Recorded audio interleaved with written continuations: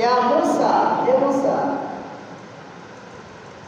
ইন্নাকা বিল ওয়াদিল মুকাদ্দাসি তুয়া, হে মুসা, এটা তো পবিত্র উপত্যকা, এখানে যে তুমি পা রাখতেছ, ফাসাল্লাহু আলাইহি, মুসা তুমি তোমার পা থেকে জুতাটা খুলে ফেলো। সুবহানাল্লাহ বলুন। তুর পর্বতে পা রাখতেছেন, আল্লাহ বলছেন কি, মুসা তোমার পা থেকে জুতাটা খুলে ফেলো, কেননা এটা হচ্ছে ইন্নাকা বিল ওয়াদিল মুকাদ্দাসি তুয়া, এটা হচ্ছে পবিত্র উপত্যকা।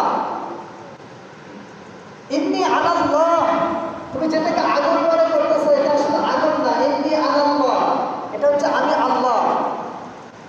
লা ইলাহা ইল্লা আনা, আমি আল্লাহ ছাড়া কোনো ইলাহ নাই। ফাবুদনি আকিমিস সালাতা লিযিকরি, সুতরাং তুমি আমার শরণার্থে সালাত কায়েম করো। সুবহানাল্লাহ।